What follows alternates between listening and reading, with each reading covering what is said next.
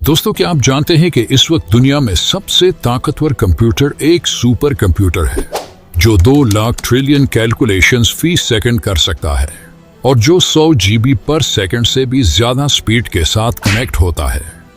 لیکن قرآن پاک میں موجود ایک صورت ایسی بھی ہے جس میں موجود کوڈنگ کے آگے یہ جدید سپر کمپیوٹر بھی صفر ہے۔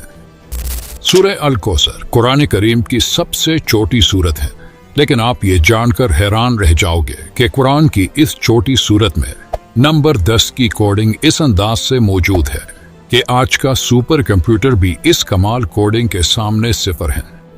قرآن کی یہ سورت صرف 10 الفاظوں پر مشتمل ہے، جس کی پہلی آیت میں موجود حروف بھی 10 ہیں۔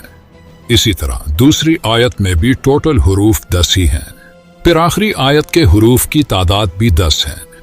وہ حروف جو اس سورت میں صرف ایک دفعہ آئے ہیں ان کی تعداد بھی 10 ہیں۔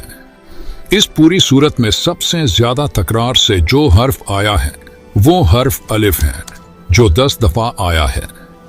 اس سورت کی تمام آیات کا اختتام حرف را پر ہوتا ہے جو کہ حروف ہجا میں 10واں حرف شمار ہوتا ہے۔ قرآن مجید کی وہ سورتیں جو صرف را پر اختتام پذیر ہو رہی ہیں ان کی تعداد 10 ہیں، جن میں سورہ الکوثر سب سے آخری سورت ہے۔ اس سورت کی ہر آیت میں موجود دوسرے لفظ کا اختتام کاف پر ہوتا ہے اور یہ تینوں الفاظ 10 مختلف حروف سے مل کر بنتے ہیں۔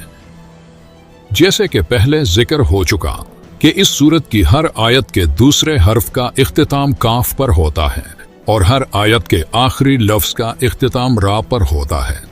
تو اب سمجھنے والی بات یہ ہے کہ حرف کاف کی نیومیریکل ویلیو 20 ہے، جبکہ حرف را کی نیومیریکل ویلیو 200 ہے۔ تو 200 کو اگر آپ 20 کے ٹیبل میں دیکھیں تو یہ 10 بنتا ہے۔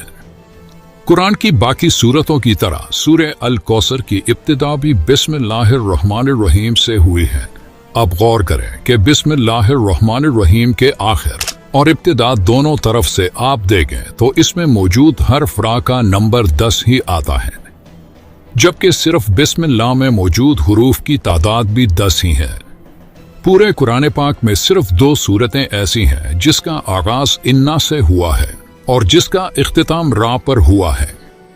پہلی سورت سورہ القدر ہے جو قرآن میں 97 نمبر پر آتی ہے، اور آخری سورت سورہ الکوثر ہے جو قرآن میں 108ویں نمبر پر موجود ہے۔ اب ان دونوں سورتوں کے درمیان سورتوں کی تعداد بھی 10 ہی بنتی ہے۔ قرآن کی 97ویں سورت یعنی سورہ القدر میں حرف را 10 مرتبہ آیا ہے، جبکہ سورہ القدر جس کی ابتدا قرآن میں انا سے ہوتی ہے اور سورہ الکوثر قرآن میں موجود دوسری سورت ہے جس کا آغاز حرف انا سے ہی ہوتا ہے، تو ان دونوں سورتوں کے درمیان صرف 10 آیتیں ایسی ہیں جن کی ابتدا انا سے ہوتی ہیں۔